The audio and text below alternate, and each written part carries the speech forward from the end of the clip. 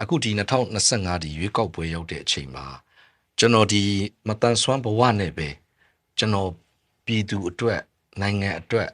ကျွန်တော်လုံနိုင်တဲ့လောက်အတိုင်းအတာထိပါဝင်မှုကျွန်တော်စပြီးတော့စဉ်းစားစိတ်ကူးပြီးတော့ကျွန်တော်ဒီရွေးကောက်ပွဲကိုပါဝင်ဖြစ်တာပါခင်ဗျာဟုတ်ကဲ့ရှင်အခုဒီ2025ကစိန်ခေါ်မှုတွေကအရင်ရွေးကောက်ပွဲတွေထက်လဲစိန်ခေါ်မှုတွေကများတယ်တာမန်လွတ်တော်ကိုယ်စားလှယ်လောင်းဆိုရင်တောင်မှပေါ့နော်ဆိုတော့ကိုကမတန်ဆွမ်းနေရဲ့ကိုစားပြုလွတ်တော်ကိုယ်စားလှယ်တယောက်အနေနဲ့ဝင်ရောက်ရှင်ပြိုင်တဲ့ခါမှာဒီရွေးကောက်ပွဲကြိုကာလမှာ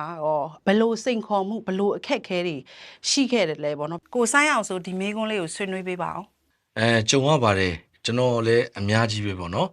အထူးသဖြင့်ကျွန်တော်ကလမ်းမလျှောက်နိုင်တဲ့အခါကျတော့ social ကနေဖောက်တာပေါ့နော်ကိုမဲဆွယ်စီးရုံးနေအဲ့ဒီခါမှာကျွန်တော်ကတခြားမတန်စွမ်းနေထဲမှာအသွင်ပြင်ကလည်းထူးခြားနေတယ်ဆိုတဲ့အခါကျတော့ဒီရွက်ဆိုလည်းဖယ်ထားတယ်မရှိဘူးပေါ့နော်ဆိုတဲ့အခါကျတော့တိုက်ခိုက်တာတော့မျိုးစုံပေါ့ရွက်ပြက်ကြီးထော့ဂျိုးစသည်ဖြင့်ပေါ့နော်ခုနဒီဆရာပြောသွားသလိုပါပဲမင်းကိုမင်းတော့မင်းဘာမှမလုပ်နိုင်တာမင်းကပြည်သူအတွက်ဘာလုပ်ပေးနိုင်ပါလဲဒီလိုမျိုးတွေအများကြီးပေါ့ဥမာရက်ကွက်ထဲမှာဆိုလို့ရှိရင်လည်းတချို့တွေကလည်းလှောင်ပြုံးတာပေါ့ဥမာလေးလွတ်တော်ကိုယ်စားလှယ်လုပ်နေတဲ့အကျိုးစော့အကမ်းမော့ပေါ့ဒီလိုမျိုးတွေပေါ့ဒါဒီကိုကလည်းဥပက္ခပြုတ်ထားတယ်ကျွန်တော်တို့ဝေဖန်တယ်တိုက်ခိုက်တယ်ဆိုတဲ့ဥစ္စာဒီကျွန်တော်တို့ကသူတို့ထက်ရှေ့တလန်းရောက်နေတာဖြစ်တယ်သူတို့မလုံနိုင်တဲ့အရာတွေတက်ကိုလုံနိုင်နေလို့ကိုယ်ဒီလိုအပြောခံရတယ်လို့ကိုကသတ်မှတ်ထားတယ်ဟုတ်ကဲ့ရှင်အခုလိုမျိုးပြည်သူတွေပေါ့နော်တချို့ပြည်သူတွေဒီတိုက်ခိုက်မှုတွေရှိနေတယ်ဆိုတာကလေ2025ဒီနိုင်ငံရေးအခင်းအကျင်းကြောင့်မို့လို့ပို့ပြီးတိုက်ခိုက်ခံရတယ်လို့ယူဆတယ်လားပေါ့နော်ကျွန်တော်ကတော့ဘယ်လိုပဲခံယူထားလဲဆိုတော့သူခုနပြောသလို 100% ပြည်သူ 100% ကျွန်တော်တို့ကြိုက်မှာမဟုတ်ဒါကျွန်တော်တာမန်ပေါ့နော်တာမန်ထက်ထူးကဲပြီးအရန်ကိုထင်ရှားနေတဲ့ဩဇာတိတ်ကပကြီးတဲ့ပုံကိုယ်တွေတောင်မှဘလိန်ခံမှာပဲကျွန်တော်တို့ဆိုရင်ပူတော်ဆိုးတာပေါ့ပြည်သူတွေကျွန်တော်တို့ဘလို့ပဲပြောပါစေဘလို့ပဲတိုက်ခိုက်ပါစေဒါသူတို့ဆောင်ဝဲစစ်နေတာနော်ကျွန်တော်တို့ရဲ့စွမ်းရည်ဘယ်လောက်ရှိလဲတိခတ်နိုင်စွမ်းရည်ဘယ်လောက်ရှိလဲဘယ်လောက်ပြည်သူနားထောင်ပေးနိုင်တယ်လဲဒါမျိုးတွေဆောင်ပွဲစစ်နေတယ်လို့ပဲမြင်တယ်ဂျေဇူးလည်းတင်တယ်ဆိုတော့ကိုဆက်ကြိုးစားဖို့အတွက်လည်းကိုအမြဲတမ်း alert ဖြစ်နေလို့ကျွန်တော်ခံစားရတယ်အဲ့လိုပဲခံစားထားပါတယ်များဟုတ်ကဲ့ရှင်ကျေးဇူးတင်ပါတယ်မတန်ဆွမ်းတဦးနေနဲ့ပေါ့နော်သူများတွေနဲ့နီးတူပေါ့နော်ဒီနိုင်ငံရေးဒီဥပဒေပြုရေးပေါ့နော်ဒီဒန်းတူလှုပ်ဆောင်နိုင်ဖို့အတွက်ကောကိုကရောဘယ်လောက်ထိယုံကြည်ထားတယ်လဲဆိုတဲ့ဟာလေးကိုဆိုင်အောင်ဆိုဒီမေးခွန်းလေးကိုဆွေးနွေးပေးပါအောင်ယုံကြည်ချက်ကတော့ရှိတယ် 100% ပဲဥမာဒါကကိုကရှင်ပြိုင်မှုတစ်ခုလုပ်ရတာလေဆိုတဲ့အခါမှာပြည်သူတွေစီကနေမဲရဖို့ယုံကြည်ချက်တစ်ဝက်တစ်ပြက်နဲ့ကျွန်တော်တို့သွားလို့မရဘူးအဲ့ဒါဆိုဒီပွဲမှာကိုရှုံးမှာနိုင်သည်ဖြစ်စေရှုံးသည်ဖြစ်စေကိုနိုင်မယ်လို့ပဲခံယူချက်ကိုထားပြီးတော့ပြိုင်န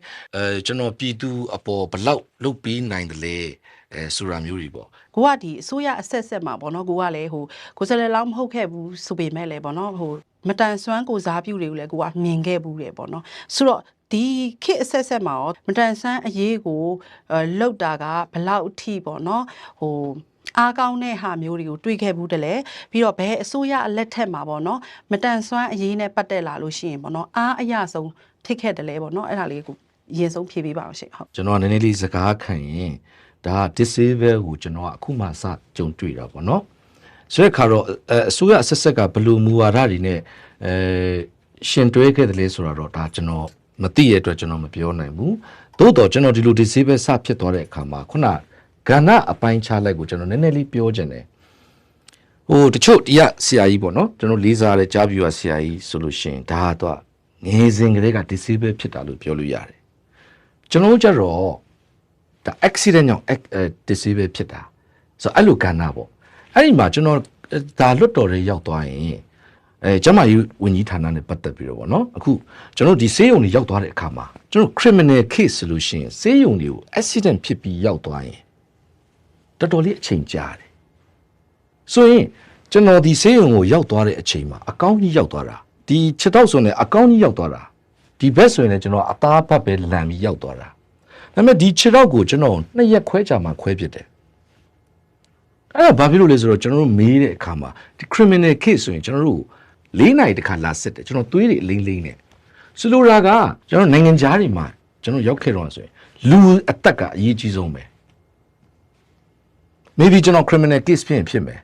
ဒါမှမဟုတ်ကျွန်တော်ပြီးသွားရင်အရေးယူမှုတစ်ခုခုပေါ့ကျွန်တော်လုပ်လိုက်ဒါပေမဲ့ချက်ချင်းကုပေးပါတချို့လူတွေတော်တော်များများဒီမ disable မဖြစ်ချင်မနဲ့ဖြစ်သွားတာတွေအများကြီးပဲအဲ့တော့ဒီလိုမျိုးကဏ္ဍတွေကိုကျွန်တော်ထဲထဲဝင်ဝင်ဆောင်ရွက်ချင်တယ်နောက်တစ်ခုကပေါ့နော်ဒီလွတ်တော်ကိုယ်စားလှယ်လောင်းဖြစ်ခဲ့မယ်ဆိုလို့ရှိရင်ပေါ့နေရမတန်ဆွမ်းနေအတွက်ကိုရောဒီကြကြပြင်းပြင်းတွင်တွင်ကြကြဖြစ်လာဖို့ဘယ်လိုမျိုးစိတ်ကူးစိတ်တန်းနေရှိပြီးတော့လွတ်တော်ထဲမှာဝင်ရောက်ပြီးတော့ပေါ့နော်ပံ့ပိုးသွားပြီးမဲ့အစီအစဉ်တွေရှိလဲဆိုတာလေးပြောပြပေးပါအောင်ရှင်ဟုတ်ကျွန်တော်စဉ်းစားပုံကကြတော့တစ်မျိုးပေါ့ဆိုတော့တစ်မျိုးဆိုတဲ့နေရာမှာခုနကပြောလို့အခုကျွန်တော်တော်တော်များမတန်ဆွမ်းရှိတယ်တောရွာတွေဆိုပိုတော့ခက်ခဲတယ်ဆိုတော့ကျွန်တော်ဒီတင်တန်းတွေဖွင့်နေဆိုတာဒီနေရာကိုရောက်လာဖို့ဆိုတာအရင်ခဲရင်တယ်အဲ့တော့ကျွန်တော်အဲ့မှာကျွန်တော်ဘာကိုစဉ်းစားလဲဆိုတော့သူတို့ကိုကျွန်တော်တို့ online ကနေ knowledge ပေးလို့ရတယ် online job တွေကျွန်တော်စီစဉ်ပေးလို့ရတယ်ဆိုတဲ့အခါမှာကျွန်တော်အခု YouTube မှာဆိုရင်ကျွန်တော် YouTuber လုပ်လို့ရတယ်စကားလေးပြောတတ်ရင်လမ်းမလျှောက်နိုင်ဘူးရတယ်အခုကျွန်တော်အဲ့မှာ reader လုပ်မလားမစာအုပ်တော့ကိုဖတ်ပြတာအဲ့ရနေပြီးတော့ခုနပြောသလိုဒါ viewer များရင်များသလိုပတ်စံဝင်မယ်တခါလေတချို့ဆိုအိမ်မွေးချပညာလုပ်မလားအတန်လေးနဲ့အိမ်မွေးဒါသူဘာတတ်တယ်လေအဲ့တော့ဒီကျွန်တော်အမြင်ကတော့တယောက်ချင်းစီကိုအိမ်မှာသွားခေါ်ဖို့ပြီးတော့ဒီတင်တန်းမှာလာစုဖို့ဆိုတာမဖြစ်နိုင်ဘူးရန်ကုန်မှာဖြစ်နိုင်တယ်နေဒီမှာဝေးကွာလွန်တယ်အဲ့တော့ခေတ်နဲ့လည်းညီရမယ်ခုနပြောသလိုအတတ်ပညာပိုင်းကလည်းရှိရမယ်အခုချိန်မှာမှတ်မှတဲ့ကျွန်တော်တို့တခါလေးမှာမျက်မမြင်ဆိုကျွန်တော် massage လုပ်ပဲမြင်လာတာမဟုတ်ဘူးကျွန်တော်တို့အဲ့ထက်ထုံးပေါက်တဲ့အတွေးခေါ်ပေါ့ဆိုလိုတာ professional တခု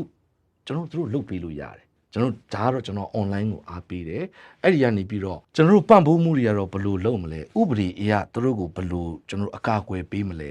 ဘယ်လိုမျိုးနဲ့ကျွန်တော် supporting လုပ်ပေးနိုင်မလဲဆိုတဲ့နည်းလမ်းတွေကိုတော့ကျွန်တော်စဉ်းစားထားတာတွေပြောပြတော့ပါနောက်တစ်ခုကပေါ့နော်ဒီ2025ရဲ့ပေါ့နော်လွတ်တော်ကိုယ်စားလှယ်လောင်းတယောက်တူဖြစ်ခဲ့မယ်ဆိုလို့ရှိရင်ပေါ့လေဒီမတန်ဆွမ်းနေအတွက်ပေါ့နော်ခိုင်မာတဲ့ဥပဒေတစ်ခုပေါ့နော်ဖြစ်ပေါ်လာဖို့အတွက်ဆိုလို့ရှိရင်ပထမဦးဆုံးအနေနဲ့ပေါ့နော်ဘလို့ဥပဒေအကြောင်းအရာတစ်ခုလောက်ကိုတင်သွင်းဖို့စိတ်ကူးထားတာရှိလဲရှင့်မတန်ဆွမ်းများကိုကျွန်တော်တို့ကစောင့်ရှောက်ရမယ်အခြေအနေကောင်းတဲ့ဇုံတစ်ခုကိုပေးရမယ်ဆိုတဲ့နေရာမှာလမ်းကူးတာလည်းပါမယ်ဥမာကျွန်တော်တို့ခုနပြောသလိုပေါ့ဘတ်ကားတွေလာတယ်လူကူးမြင်းချားမှာကူးတဲ့အခါမှာမတန်ဆွမ်းနေအတွက်အချိန်ကြာရပ်ပေးမလားနောက်တစ်ခုကသူတို့ comfort zone ပေးတယ်ဆိုတဲ့နေရာမှာဥမာကုံတိုက်တီမှာဒါမှမဟုတ်ဒီလိုတာမန်ဒီလိုထမင်းဆိုင်တွေrestaurant တွေကအစကျွန်တော်တို့မတန်ဆွမ်းနေရ toilet ဆိုရင်ခုနဘိုးထိုင်ထဲမှာအဆင်ပြေတယ်ဒီလိုမျိုးလေးတွေစောက်ပေးမလားဥမာကျွန်တော်ဒီ shopping center တွေမှာဆိုရင်မတန်ဆွမ်းနေတဲ့ကျွန်တော် slope escalator လို့ခေါ်မှာပေါ့နော်အဲ့ဒီလိုမျိုးတွေလုပ်ပေးမလားဒီလိုမျိုးပေါ့နော်ဒါကမတန်ဆွမ်းရမှာမဟုတ်ဘူးတက်ကြီးရွယ်အိုတွေပါမယ်ဒီလိုမျိုးပေါ့အားလုံးကိုခြုံငုံတဲ့ဥပဒေတွေအဲ့တော့အဲ့ဒါကိုမူလှုပ်ချင်တာတော့အများကြီးရှိတယ်ဒါပေမဲ့မူအားဖြင့်တော့အစိုးရတင်သွင်းသွားဖို့ရှိပါတယ်မတန်ဆွမ်းဆိုတာနဲ့ကျမတို့ဒီလူမှုပဝင်စင်မှာပေါ့နော်ခွဲခြားဆက်ဆံမှုရှိတဲ့အတိုင်းဝိုင်းတွေလည်းရှိသေးတယ်ပေါ့နော်ဆိုတော့ဒီလိုမျိုးအတိုင်းဝိုင်းတွေရှိတဲ့ဟာတွေလည်းထပ်ပြီးတော့ပေါ့နော်မရှိအောင်ဆိုရင်မြန်မာနိုင်ငံအနေနဲ့ပေါ့နော်ဒီဥပဒေပြုရေးပေါ့နော်လွတ်တော်လမ်းကြောင်းထဲမှာဆိုလို့ရှိရင်ပေါ့နော်ဘလိုမျိုးပေါ့နော်အားကောင်းတဲ့ဒီ institution အဖွဲ့အစည်းတွေပေါ့နော်ရှိဖို့လိုအပ်သေးလဲပေါ့နော်ဆွေးနွေးပေးပါအောင်ရှင်ဒီမိကုံမတန် disability ကာကွယ်တဲ့အဖွဲ့အစည်းတွေအများကြီးပေါ်ပေါက်လာတင်ပါတယ်ကျွန်တော်ဘယ်အရာတွေကိုအာရုံစိုက်မလဲဆိုရင်ခုနပြောလို့ accident ချက်ချင်းဖြစ်သွားတဲ့သူတွေအဲ့တော့ accident ဖြစ်နေတဲ့လူတွေကျွန်တော်အမြန်ဆုံးသွားကြည့်မယ်ခုနပြောလို့ disable ဖြစ်နေတဲ့သူတွေကိုသွားကြည့်မယ်ခုနဥပဒေရအကာအကွယ်ဒီလိုမျိုးပေါ့နော်နောက်ပြီးတော့ကျွန်တော်တို့ဒီ social တွေမြန်မာရဲ့ social တွေအနေနဲ့ကလည်းမတန်မဆွမ်းတွေကိုကူညီတဲ့အဖွဲ့အစည်းတွေအများကြီးဖြစ်လာစေခြင်းတယ်နောက်ပြီးရင်ခုနကပြောသလိုပေါ့မတန်ဆွမ်းနေနဲ့ပတ်သက်ပြီးဥပဒေကျူးလွန်တချို့တွေရှိပါတယ်ကျွန်တော်ဒီ disable တွေကိုအခွင့်အရေးယူတာရှိတယ်တာမန် criminality ချတဲ့ပြစ်ဒဏ်ထက်နှစ်ဆလောက်ပိုချတဲ့တယ်ဆိုတာမျိုးဒီလိုမျိုးတွေပေါ့ဒါဥပဒေရအကာအကွယ် society ရအကာအကွယ်ဒီလိုမျိုးတွေကျွန်တော်တို့ပြီးသွားမယ်ဆိုရင်ဒါအရမြစ်တာပြရရောက်တဲ့အစီအစဉ်တွေဖြစ်လာမယ်လို့ကျွန်တော်ယူဆပါတယ်ဆရာ